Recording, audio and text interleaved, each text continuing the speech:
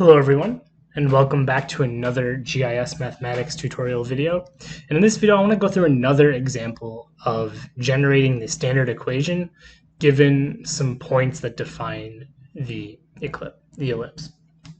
In specific, I want to go through the example of if we're given foci that are 0, 8 and 0, -8, and 0, 5 and 0, -5.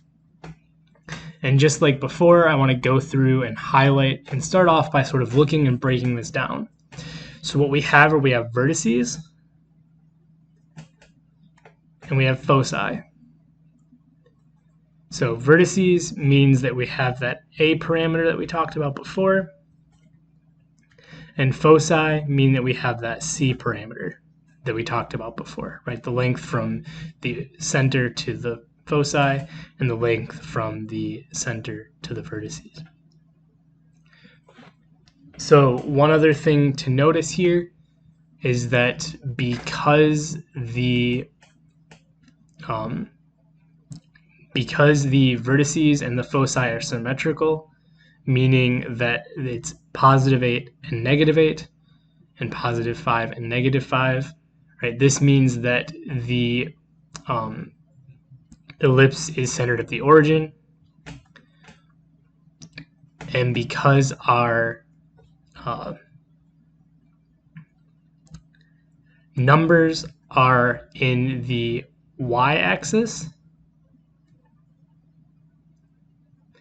then this means that our equation is going to take the form x squared over b squared plus y squared over a squared equals 1.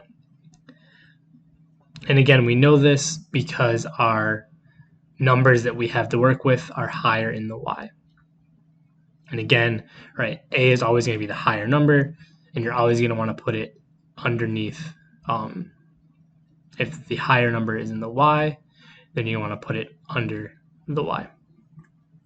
So that sort of helps determine that this is going to be in this sort of an ellipse. So let's go through and let's talk about what we have. Well, we have A, right? We have A is equal to 8. So A squared is going to be equal to 64. Okay. And then we have C, which is 5. So C squared is going to be equal to 25. And so again, we have that nice relationship because we want B squared, right? We want B squared. All right, we have that nice relationship where B squared is going to be equal to A squared minus C squared. So that's going to be equal to the 64 minus 25. And again, we're going to get 39. So B squared is going to be equal to 39. So we can go ahead and put these pieces together to get x squared over, in this case, B squared is 39 plus y squared over this A squared, which is 64, equals 1. Now, if you watched the previous example, you'll notice that this equation looks remarkably similar to this equation right here. Right, it looks remarkably similar. All we did is we flipped the 64 and the 39, right? So this was x squared over 64 plus y squared over 39. Right, this one is x squared over 39 plus y squared over 64. And the reason they look so similar is because they actually have the same A and C.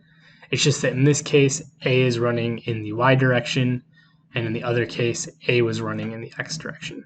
And we know that because in this case, the 8 is the y coordinate, and in the previous example, the A was in the x coordinate.